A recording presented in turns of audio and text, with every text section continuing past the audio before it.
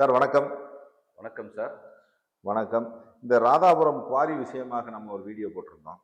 இப்ப ஆமாங்க. எங்களுக்கு செய்தியாளர்கள் கொடுத்த தகவலின்படி, ம்.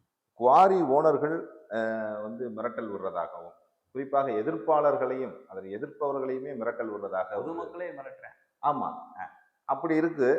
நீங்க அதை பற்றி தொடர்ந்து மக்கள் சைடு நின்று பேசிட்டு இருக்கீங்க. உங்களுக்கு ஏதாவது அந்த எதிர்ப்புகள் இருக்கா? வரதான் சார் செய்யும். அதாவது மக்கள எப்படி மிரட்டி வச்சிருக்கேன் அப்படின்னா, இதுக்கு முன்னாடி போராட்ட களத்தில வண்டிய விடுறது. ம். ஆக்சிடென்ட் நடக்கிற மாரி இடிச்சு தள்ளுறது. அப்படி தள்ளும்போது மக்கள் என்ன ஒரு பரவலான பேச்சு என்னன்னா, போராட்டத்துக்கு யாரெல்லாம் போறானோ, அவனையோ, அவன் பிள்ளை குட்டியவோ ஆக்சிடென்ட் பண்ணிருவேன். இவங்களுக்கு ஒரு பயம். அதேபோல காவல்துறையில இவங்க போய் வாரிக்காரன் ஏதாவது தப்பு பண்ணிட்டான், அப்படி இல்லை ஓவர்லோடு போறேன், இடிக்கிற மாதிரி வர்றேன், ஏதோ ஒரு பிரச்சனை காவல்துறையில போய் புகார் கொடுத்தாங்கன்னு வச்சுக்கோங்க. உடனே காவல்துறை என்ன பண்ணுவாங்கன்னா, புகார் கொடுத்தவன் மேல வழக்கு போடுவாங்க. புகார் கொடுத்தவன் மேல குவாரிக்காரனுக்கு ஆதரவா எதிராக யார் போய் புகார் கொடுத்தாங்களோ, அந்த புகார் கொடுத்தவன் மேலேயே வழக்கு போடுவாங்க. அப்ப எவன் போய் புகார் கொடுக்கறது? இந்த விசிபிளா யாரும் வர்றதுக்கு பயப்படுறாங்க. ஒரு போராட்டக்கலாம் அப்படின்னா விசிபிளா வர்றதுக்கு பயப்படுறாங்க. ஆனால் இந்த இடத்துல ஒரு தன்னந்தனியாக ஒரு அமைப்பு இருக்கக்கூடிய சமூக ஆர்வலர்களை இந்த குவாரிகாரர்களுக்கு எதிரான அமைப்புகளை திரட்டி அந்த இடத்துல ஒரு போராட்டம் நடத்தியிருக்கிறால் அது நேதாஜி சுபாஷன் அமைப்பு. அப்ப எங்களுக்கு மிரட்டல் வராம இருக்குமா? எங்களுக்கு மறைமுகமா மிரட்டல் வரதான் சார் செய்யும். அதாவது ம். நேரடியா மிரட்டல் வரலன்னா கூட எங்கேயோ ஒருத்தர் ஒரு போஸ்ட் அடிச்சு ஒட்டியிருக்காங்களா, ம். இந்த மாதிரி சாதி பிரச்சனையை கிளப்பி விடுறாங்க அப்படின்ட்டு. ஏன் சார், இன்னைக்கு பல்வீர் சிங் வழக்குல பாதிக்கப்பட்டதுல அந்த நாடார் சமூகத்தை சேர்ந்தவர்கள் நிறைய இருந்தாங்க. 5, 6 பேர் இருக்காங்க. அப்ப இந்த சமூகத்தில இருந்து யாருமே போராட வரல. ஆனா அப்படி இருந்தும் அங்க இருக்கக்கூடிய ஒரு சில நபர்கள், முக்கியமான நபர்கள் என்னை தொடர்பு கொண்டு, எங்களால வர முடியல, நீங்க போராடுங்க அப்படின்னாங்க. அண்ணன் சாம் சுந்தர் சிங் ட்ரிபிள் எஸ்ன்னு சொல்லுவாங்க அவரு. ம். அதே போல அன்னைக்கு அங்க இருக்கக்கூடிய இன்னும் இந்த துரை நாடார் உள்ளிட்ட சில சமூக அமைப்புகளை வைத்திருக்கக்கூடிய எனக்கு ஆதரவாக தான் இருந்தாங்க. எத்தனையோ நாடார் சமூக பிரமுகர் இன்னைக்கு கூட ஆதரவா இருக்காங்க. அன்னைக்கு நடந்த போராட்டத்துல கூட பவுல்ராஜ் நாடார் அவர் விவசாய சங்கத்தினுடைய தலைவராக இருக்கிறார். அவர் வந்திருந்தாரு. அங்க இருக்கக்கூடிய வட்டார விவசாய சங்கத்திலிருந்து சுந்தரன் வந்திருந்தாங்க. கூடங்குளத்திலிருந்து சண்முக சுந்தரம், அப்படி நிறைய நபர்கள் வந்திருந்தார்கள். அப்படி இருக்கும்போது இந்த குவாரிக்காரர்களுடைய பேச்சை கேட்டுக்கொண்டு எங்களை அதுல சாதிக்குள்ள அடைக்க பார்க்கிறான்.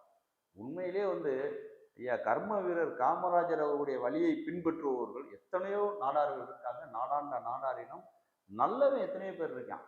அவங்களாம் யாரும் எதிர்ப்பு சொல்லலை. அந்த சமூகமே ஆதரவு தெரிவிக்கிறது. ஆனால் ஒரு 3 பேர் 4 பேர் தான் சார் ஒட்டுமொத்த குவாரிக்கும் உரிமையாளராக இருக்கான். பினாமி பேர்ல வச்சிருக்கேன், ஒருத்தனே 16 குவாரி வச்சிருக்கான். அப்ப இவங்களுக்கு ஆதரவா சில பேர் காசை வாங்கிட்டு இந்த மாதிரி சமூகத்தின் பேரை தவறா பயன்படுத்தி போஸ்ட் விட்டுறேன்.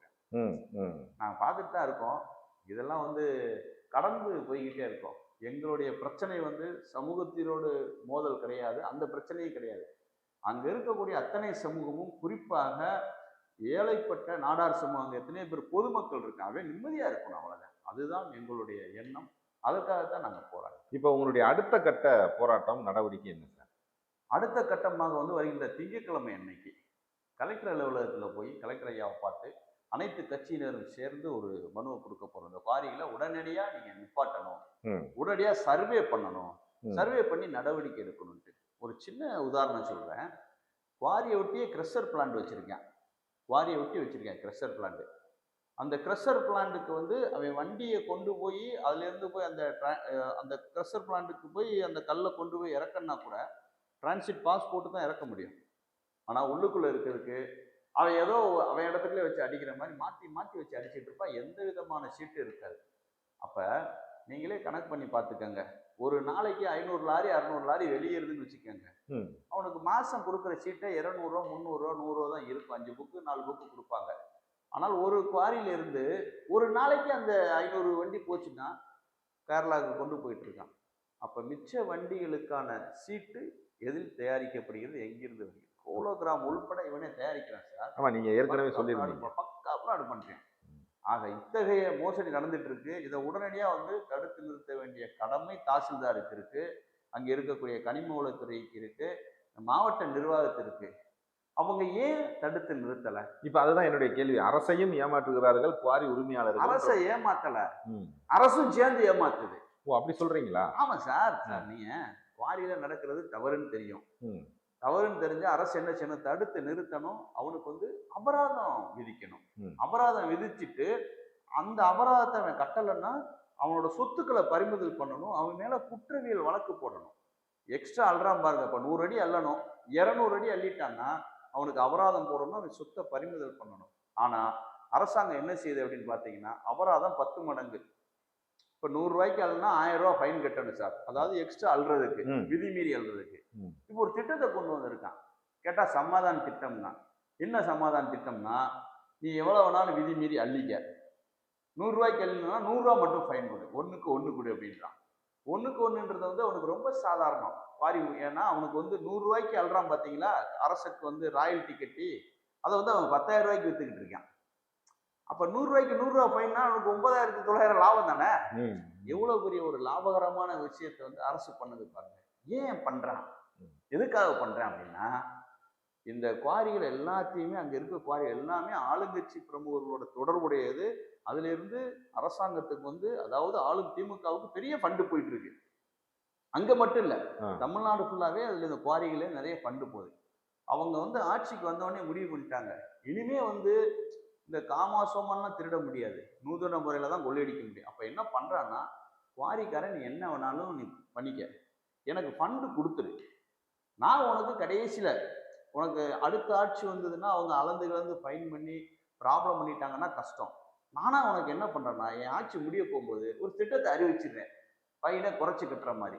அந்த டைம்ல நீ கொஞ்சோண்டு ஃபைனை கட்டி நீ தப்பிச்சு ஓடிடு, அல்லது பினாமி பேர்ல குவாரி நடத்து. எனக்கு வந்து கல்லை வாங்கினவன் பணம் தரலன்னு சொல்லிடு, பினாமியை வச்சு. அவன்கிட்ட ஒண்ணுமே இருக்காது, ஒரு பெரிய குவாரி உரிமையாளராக இருப்பாரு. அவர் யாருன்னு பார்த்தா அந்த முதலாளியோட டிரைவர் பேர்ல அந்த இது இருக்கும், அந்த முதலாளியோட டிரைவர் பேர்ல இருக்கும். அப்ப அந்த டிரைவருக்கு பார்த்தா ஒரு வீடு வாசல் எதுவுமே இருக்காது. அவன்கிட்ட நீங்க எதை போய் ரெக்கவரி பண்ணிடுவீங்க? அப்ப பீனல் ஆக்ஷன் எடுக்கணும், அதை எடுக்க மாட்டான்.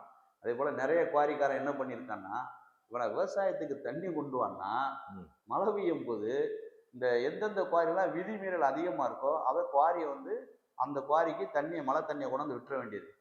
டிஜிட்டல் சர்வே எப்படி நடத்துவீங்க? இப்ப டிஜிட்டல் சர்வே எப்படி சார் நடத்துவீங்க? எவ்வளவு பெரிய மொல்ல மாதிரித்தனம், கேப் மாதிரித்தனம் பாருங்க. இது எல்லாமே அரசாங்கத்துக்கு தெரியாதா? நீங்க அதுதான் என்னுடைய கேள்வி. ஒருத்தன் கஞ்சா வச்சிருக்கான், அவனை போய் பிடிச்சிடுறீங்க.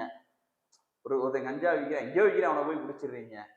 எங்கேயோ வந்து ஒரு இடத்துல வந்து ஒரு 2-3 பாட்டில் விற்கிறான், அவனை பிடிச்சிடுறீங்க. குவாரின்றது சின்ன விஷயம் இல்லை. பப்ளிக் பிளேஸ்ல மிகப்பெரிய நூற்றுக்கணக்கான ஏக்கர்ல நடந்து கொண்டு இருக்கக்கூடிய ஒரு சட்டவிரோதமான ஒரு தொழில். அதை போய் நான் வந்து பார்க்கல அப்படின்னா என்ன அர்த்தம்?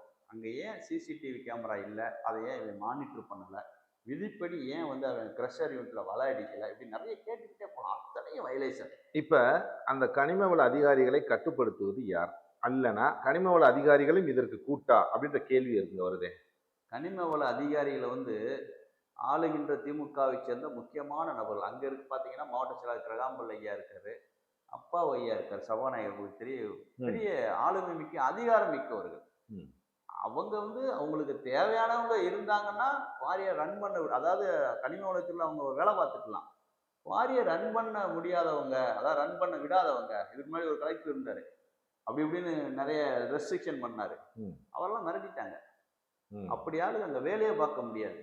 இல்ல இப்ப நீங்க சொல்றீங்க, சபாநாயகர், மரியாதைக்குரிய சபாநாயகர் ஐயா அப்பாவு அவர்கள் என்ன சொல்றாருன்னா, என் பேர்ல எந்த குவாரியும் இல்லை அப்படின்ற மாதிரி ஒரு பேட்டி கொடுக்குறாரு. ஒரு காலேஜ் ஸ்கூல்ல அங்க போய் ஒரு மீட்டிங்ல அட்டென்ட் பண்றாரு.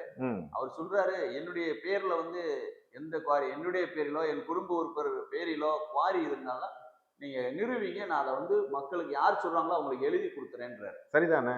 அது இல்லையா சார்? அவர் என்ன சொல்றாரு கேட்டீங்கன்னா, என்னுடைய பேரிலோ என்னுடைய குடும்ப உறுப்பினர்கள் பேரிலோ இல்லை, பேரிலோ இருந்தா சொல்லுங்கன்றாரு. அப்ப என்ன சொல்ல வர்றாங்கன்னா, எங்க பேர்ல இல்ல, நாங்க வேற ஆள் பேர்ல வச்சிருக்கோம் அப்படின்றது அந்த அர்த்தம். ஏன் சார், கலையரசன் பேர்ல இருக்கக்கூடிய அந்த இருக்கன் துறையில இருக்கக்கூடிய 2 குவாரி வந்து அவருடைய பினாமி குவாரிகள் இல்லையா? அதை மறுக்க முடியுமா அவரு? நான் சொல்றேன் சார், அவர் கடவுளுக்கு பயந்தவராக இருந்தால், அவர் இந்துவா கிருஷ்ணா கூட எனக்கு தெரியாது, கடவுளுக்கு பயந்தவராக இருந்தால் அவர் குடும்பத்தின் மேல, அவருடைய குடும்ப உறுப்பினர் பேரம்பேத்தி மேல சத்தியம் பண்ணி, எங்களுக்கும் நாங்க பினாமி பேர்ல எந்த குவாரியும் நடத்தல, பினாமி பேர்ல எந்த குவாரியும் நடத்தல. அதே போல வந்து எங்களுக்கும் குவாரிக்கும் எந்த தொடர்பும் இல்லை, குவாரி நடத்துறவங்ககிட்ட நாங்க எந்த விதமான சகாயமும் தரல. சத்தியம் பண்ண முடியுமா சார்? சார் அவர் சத்தியம் பண்ணுவாரா? தவறு சார். ஒரு வாத்தியாரா இருக்காரு. உங்களுக்கு தெரியாது இல்லை, நெல்லையப்பர் கோயிலில் விருந்து நடக்கும்போது என்ன நடந்தது? அவர் வந்து அதை என்ன செஞ்சிருக்கணும், அன்னைக்கு அந்த விருது நடந்த அந்த குழந்தைகளை வந்து அவர் வந்து சாப்பிட விட்டுருக்கணும். 12 மணிக்கு போட்ட வீடியோவே அவங்க போடவே இல்லையே. அப்புறம் வந்து வீடியோ எல்லாம் காட்டினாங்க. அது கூட இவர் சொன்னார், சாப்பாடு முடிஞ்சு போச்சுன்னு சொன்னேன் சார். 2 குழந்தைகளுக்கு சோறு போட முடியாதா அவரால்? அவ்வளவு வறுமையில இருக்காரா? இது தவறு சார். அவர் ஒரு ஆசிரியர். அவருடைய வாயிலிருந்து நாங்க இதெல்லாம் எதிர்பார்க்கல. சபாநாயகர் வந்து பொதுவான நபராகத்தான் இருக்க வேண்டும்.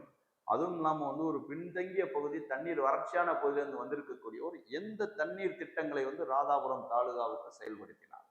ஏன் செயல்படுத்தலைன்னா, அங்க தண்ணீர் திட்டங்கள் வந்தா விவசாயம் செழிக்கும்.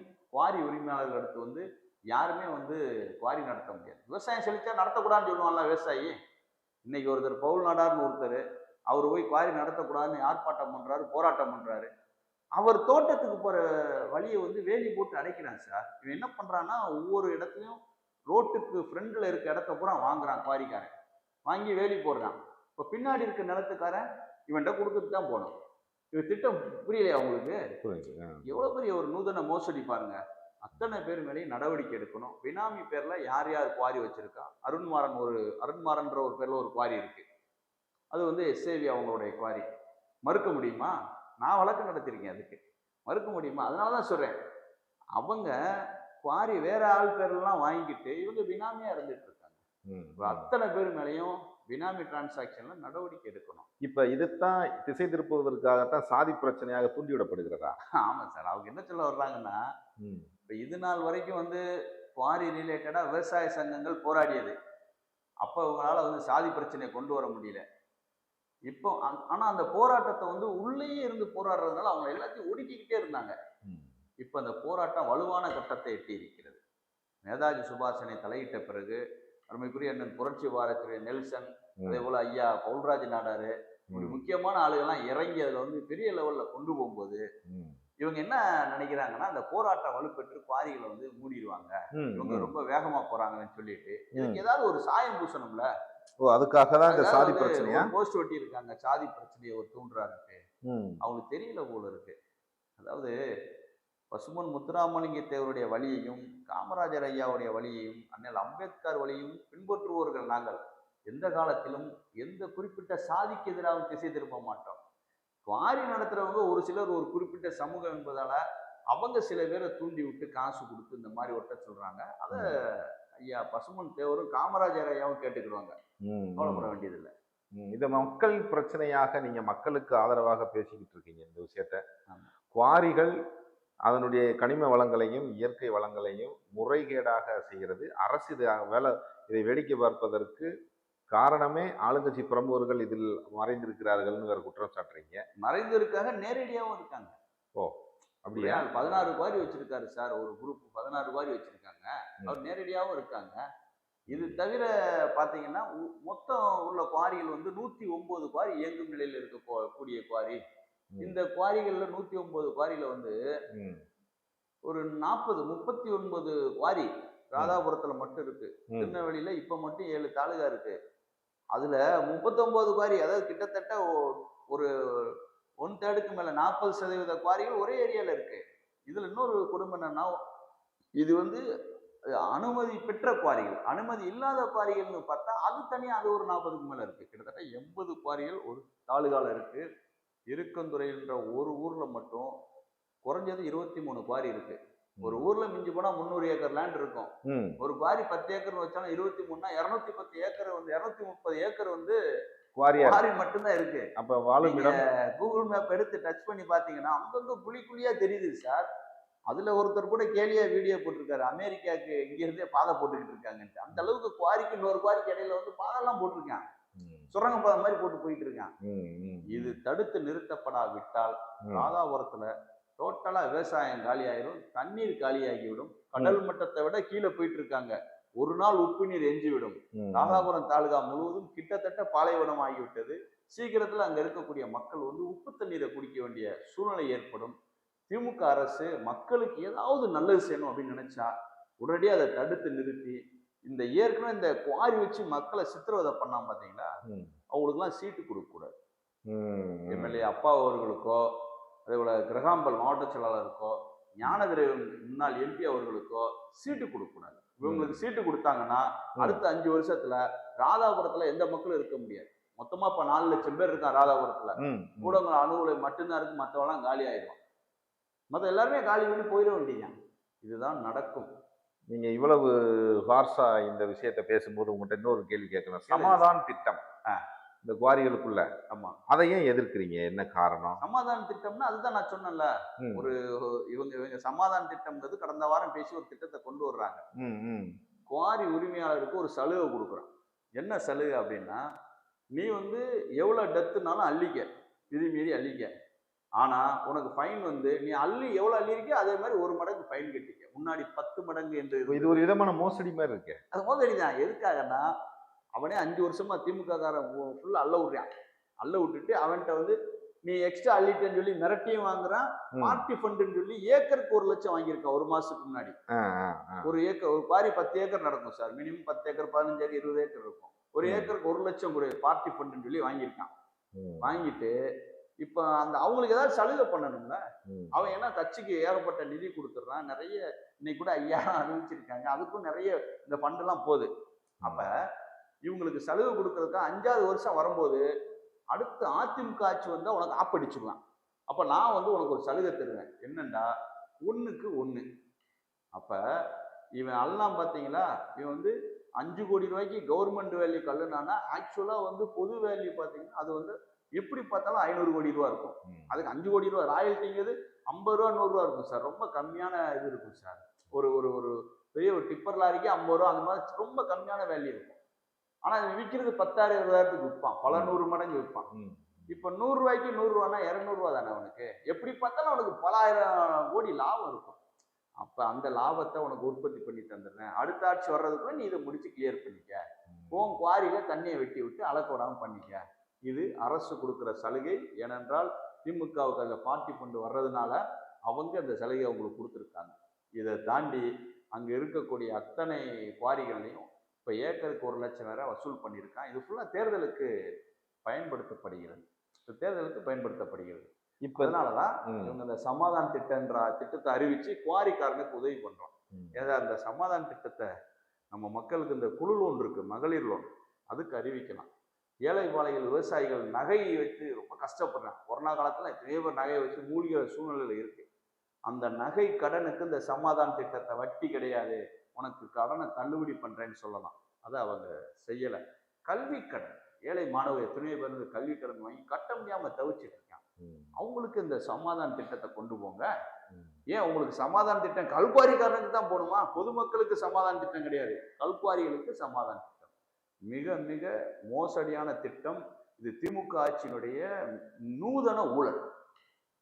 இப்ப இந்த விஷயத்தை பேசும்போது இந்த மக்களுக்கு தள்ளுபடி செய்ய முடியாதான்லாம் கேட்குறீங்க. இன்னைக்கு பாத்தீங்கன்னா திடீர்னு ஒரு 5000 ரூபாய் போட்டு தாய்மார்களை இன்ப அதிர்ச்சிக்கு ஆளாக்கியிருக்காங்க. இன்ப அதிர்ச்சியா? துன்ப அதிர்ச்சி சார். தாய்மார்களை வந்து இன்ப அதிர்ச்சி நீங்க சொல்லிட்டீங்க. 5000 எங்க இருந்து கொடுப்பாரு? கொடுத்துருக்காரு. வெள்ளை அறிக்கை கொடுக்க சொல்லுங்க. 5000 என்ன நிதி வரவு வந்தது, என்ன நிதியில இருந்து 5000 கொடுப்போம் அப்படின்ட்டு. ஏற்கனவே வந்து பல 100 கோடி ரூபாய் கடன்ல, பல 100 இல்ல லட்சக்கணக்கான கோடி ரூபாய் கடன்ல இருக்கு. 2 லட்சம் கோடி விட்டுட்டு போனாங்கன்னா இவங்க 4 லட்சம் கோடி 5 லட்சம் கோடி கடனாக்கி வச்சுட்டாங்க. அப்ப இந்த 5000 கொடுக்கணும் அப்படின்னு சொன்னா அது கிட்டத்தட்ட 1,30,00,000 பேருக்கு சொல்றாங்க. 1,30,00,000 பேருக்குங்கும் போது கிட்டத்தட்ட 6000 கோடிக்கு மேல வந்துடும். இந்த 6000 கோடி ஃபண்டு எந்த நிறுவனத்திலிருந்து, அரசு நிறுவனத்திலிருந்து, எந்த வரி பெற்றதிலிருந்து அவங்களுக்கு கிடைத்ததுன்னு சொல்லுங்க. வெள்ளை அறிக்கை விடணும்ன்றீங்களா? விட சொல்லுங்க, தெரிஞ்சிடும். உங்களோட ஆக்கம் கிளீனா தெரிஞ்சிடும் சார். இது எப்படின்னு பாத்தீங்கன்னா, இன்னைக்கு 5000 கொடுத்துருவாங்க சார். இவங்க நல்லா நீங்க பாத்துக்கங்க, மகளிர் உரிமை தொகை கொடுப்பேன்னு முதல் வாக்குறுதி கொடுத்தாங்க. அதை இவங்களால கொடுக்க முடியல, நிதி இல்லாம. பெரிய போராட்டம் நடந்தவொடனே இப்போ ஒரு வருஷமா முதல்ல கொஞ்சம் பேருக்கு ஒரு 70 லட்சம் பேர் கொடுத்தேன், அப்புறம் பிரச்சனையானவனே இன்னொரு 50 லட்சம் பேருக்கு சேர்த்து கொடுத்துக்கிட்டு இருக்கான். இப்போ 1,30,00,000 பேருக்கு இவன் கொடுக்குறான்ல, இந்த தொகைக்கு கொடுக்க ஆரம்பித்த பிறகு நல்லா பார்த்துக்கங்க, எனக்கெல்லாம் கரண்ட் பில் வந்து 5,000 வந்துட்டு இருந்தது. இப்போ நான் கட்டுற கரண்ட் பில்லு 20,000. இப்போ நான் கட்டுற கரண்ட் பில்லு 20,000. வீட்டு வரி சத்தமில்லாமல் உயர்த்தப்பட்டிருக்கிறது. சொத்து வரி சத்தமில்லாமல் உயர்த்தப்பட்டிருக்கிறது. சாக்கடை வரி உயர்த்தப்பட்டிருக்கிறது. அதே போல வந்து ஒவ்வொரு டிபார்ட்மெண்ட் வரி எல்லாத்தையும் உயர்த்திட்டான். எல்லா விலைவாசியும் உயர்த்திட்டான். விலைவாசியை உயர்த்தி மக்களை வதைத்து மக்கள்கிட்ட இருந்து 50 ரூபாயை வாங்கிக்கிட்டு மக்களுக்கு 5 ரூபாயை செய்யறது ஒன்றும் ஒரு பெரிய புத்திசாலித்தனம் கிடையாது சார். விலையை கூட்டி இந்த தள்ளுபடி ஆரம்பிப்பான். ஆடி கழிவுல ஆடி மாசம் போங்க, அந்த பேண்ட் விலை ஆக்சுவலா 500 ரூபா தான் இருக்கும். இவன் சொல்லுவான் உனக்கு வந்து 100% தள்ளுபடி அப்படின்றான். அவன் 90% தள்ளுபடி, 450 ரூபா தள்ளுபடி ஆகணும், 50 ரூபாய்க்கு அவன் கொடுக்கணும். ஆனா அவன் எப்படி தந்தணும் அந்த தள்ளுபடி அவன் அறிவிப்பான்னு பாத்தீங்கன்னா, அந்த பேண்ட் விலையை 5,000 ரூபா போட்டுருவான். அவன் 4,500 ரூபா தள்ளுபடி அப்படின்னோடனே நம்ம போவோம் 500 ரூபாய்க்கு கொடுப்பான். அதே வேலை தள்ளுபடியே இருக்காது. இது வந்து ஒரு டாக்டிக்ஸ். இதைத்தான் வந்து திமுக அரசு வந்து செய்து கொண்டிருக்கிறது. இந்த 5,000 ரூபாய் வாங்கின போது இங்க இருக்கக்கூடிய படித்த நபர்கள், கணவன் மாணவர்கள்லாம் இப்ப நம்ம யோசிச்சுட்டு இருக்கோம். என்ன யோசிச்சுட்டு இருக்கோம்னா, அடுத்த மாசம் எந்த பில்லு கூட வருமோ, எந்த பில்லு கூட வருமோன்னு யோசிச்சுட்டு இருக்கோம். இவனும் சொல்றான் 2,000 ரூபாய் நான் வந்து ஆட்சிக்கு வந்தவொடனே தருவேன்றான். இது மே மாசம் வரைக்கும்ன்றான். மே மாசம் வரைக்கும் இப்பயே கொடுக்கானாம். என்ன திடீர்னு இவ்வளவு அக்கறை? அதான் கேட்கிறேன், என்ன அதுதான் தேர்தல் இந்த பணத்தை வாங்குறதுக்கு 4 வருஷமா மக்கள் போராடுறாங்க. 1000 ரூபாயை கொடுக்கறதுக்குமே படாதபாடு பட்டாப்ல. என்ன திடீர்னு பொங்கலுக்கு பாத்தீங்கன்னா 2,500 ரூபாய். எடப்பாடியார் ஆட்சி காலத்துல வந்து 5,000 கொடுக்கணும்னு போராடினாங்க 2019. அப்ப இருந்த விலைவாசியை விட இப்போ வந்து 4 மடங்கு 5 மடங்கு மாறி இருக்கிறது. அப்ப இவன் இந்த பொங்கலுக்கு வந்து 25,000 கொடுத்துருக்கணும். எதுக்கா 2,500 கொடுக்குங்க? அதெல்லாம் விட்டுருங்க. இப்ப இவங்களுக்கு வந்து முன்கூட்டியே கொடுக்குறேன்னு சொல்லி கொடுக்குறான். 5,000 ரூபாய் கொடுக்குறேன்றான். ஏன் முன்கூட்டியே கொடுக்குற? இவன் 1 லட்ச ரூபாய் கொடுத்துட்டு போயிட வேண்டியதானே? 1 லட்ச ரூபாய் கொடுத்துட்டு போயிடுவேன். கஜானாய காலி ஆக்கிடுவாங்க சார். இவங்களுடைய இறுதி முயற்சி எப்படியாவது ஜெயிக்கணுன்ற வெறி அதிகமாயிட்டு, இதோட இறுதி முயற்சி தான் அந்த 5,000 ரூபாய் கொடுத்தது. ஓட்டுக்கு இன்னைக்கு காசு கொடுக்கறது வந்து பெரிய சிக்கல் வருது. அந்த கேஷ் ஃப்ளோலாம் முன்ன மாதிரி பண்ண முடியாது. பெரிய அளவுல எதிர்ப்புகள்லாம் வந்துடும். அதையும் தாண்டி கொடுக்குறேன். இந்த 5,000 ரூபாயை கொடுத்துட்டு அடுத்து நம்மளை வதைக்க போறேன். இப்ப இவங்களே இப்போ ஆட்சியை விட்டு போனாலும் அடுத்து ஒரு ஆட்சி வருதுன்னு வச்சுக்கோங்க, கஜானால வந்து சுத்தமா ஜீரோவா இருக்கும் சார். அவன் வரி நம்ம மேலதான் சார் போடுவான். வரி போடும்போது என்ன சார் ஆகும்? யார் கட்டுறது? அப்ப அந்த 5,000 ரூபாய ஒய்ஃபுக்கு கொடுத்துட்டு கணவர்கிட்ட இருந்து 10,000 வசூல் பண்ணுவாங்க. இந்த குடும்பம் கஷ்டப்பட போகுது. இது மறைமுகமாக நமக்கு நம்ம வீட்டுக்கு ஒவ்வொருத்தர் தலையிலும் கொடுக்கப்பட்ட, கணவர் தலை சுமத்தப்பட்ட கடன் வரி. இதை வந்து யாரும் மறந்துட வேண்டாம். புத்திசாலியானவர்கள் என்ன செய்வாங்கன்னா, இந்த 5,000 ரூபாய் எங்களுக்கு வேணாம்னு சொல்லி எல்லாம் போராட்டம் பண்ணி திருப்பி அனுப்பிடணும். அப்பதான் இவங்க திருந்துவாங்க. இலவசங்கள் யார்கிட்ட இருந்து கொடுக்குறேன்? மொத்தம் வந்து 10 கோடி பேர் இருக்கான் தமிழ்நாட்டுல. 1.5 கோடி பேருக்கு அவன் கொடுத்தேன் அப்படின்னா 8.5 கோடி பேரை கொல்ல போறான்னு அர்த்தம். அவன்கிட்ட வாங்கி அவன்கிட்ட கொடுக்க போறான். இவனுக்கு வரியாத்தானே வருது வருமானம். அரசு நிறுவனங்கள்ல இருந்து வரணும். எல்லா நிறுவனமும் நஷ்டம். எல்லா நிறுவனமும் நஷ்டம். எந்த இதுல இருந்து வருமானம் வந்தது? மற்ற திட்டங்களுக்கு எப்படி நீ செயல்படுத்துற? சொல்லட்டும். இவன் இந்த நிதியை வந்து இலவசமாக கொடுக்குற அந்த திமுக அரசு, இறுதியாக இந்த கேள்வி, அவருடைய தேர்தல் வெற்றிக்கு இது உதவுமா? திமுக அதை பெருசா நம்புதே, இதை பத்தி உங்க கருத்து என்ன சார்? இவங்க ஆட்சிக்கு வந்தாங்க பாத்தீங்களா, வந்த உடனே இந்த திட்டங்கள் எல்லாம் கிராஜுவலா செயல்படுத்திக்கிட்டே இருந்தாங்கன்னா கண்டிப்பா அவங்களுக்கு நிச்சயமா உதவி இருக்கும். இங்க மக்கள் பெரிய லெவல்ல போராட்டம் பண்ணி பெரிய லெவல்ல வந்து பிரச்சனை பண்ண பின்னாடி 4வது வருஷம் தான் இதை கொடுக்க ஆரம்பிக்கிறாங்க. இவங்க நிதி கொடுக்குற மகளிர் உரிமை தொகை கொடுக்க ஆரம்பிக்கக்கூடிய சமயத்துல பாத்தீங்கன்னா, ஆசிரியர் எனக்கு வந்து சம்பளம் பத்தலைன்னு போராடுறாங்க. அப்புறம் செவிலியர்கள் போராடுறாங்க, டாக்டர் போராடுறான், வருவாய்த்துறை போராடுறான். அந்த நிரந்தரமா என்னைய பணியமர்த்தணும், எனக்கு வேலை வாய்ப்பு வந்து நிரந்தரமாக்கி எனக்கு வந்து சம்பளத்தை வந்து நீ வந்து பே கமிஷன், இப்ப இருக்கிற பே கமிஷன் படி கொடுக்கணும் ஒவ்வொரு டிபார்ட்மெண்ட்டும் போராடுறான்.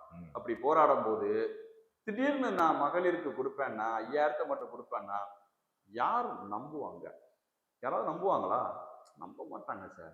அப்ப என்ன ஆகும் அப்படின்னு கேட்டீங்கன்னா, இதெல்லாம் ஐவாஷ்ங்கிறது வந்து ஒரு பச்சை பிள்ளை கூட தெரியும். இதனால வந்து நம்ம ஜெயிச்சிடலாம் அப்படின்னு நினைச்சாங்கன்னா அது ஒரு நாள் நடக்காது. இது வந்து 5,000 வந்தா வாங்குவாங்க சார். வாங்கிட்டு அவங்களுக்கு யாருக்கு பிடிக்குமோ அவங்களுக்கு தான் ஓட்டு போடுவாங்க. இதெல்லாம் வந்து பெருசா வந்து யாரும் எடுக்க மாட்டாங்க சார். மிக்க நன்றி. வணக்கம்.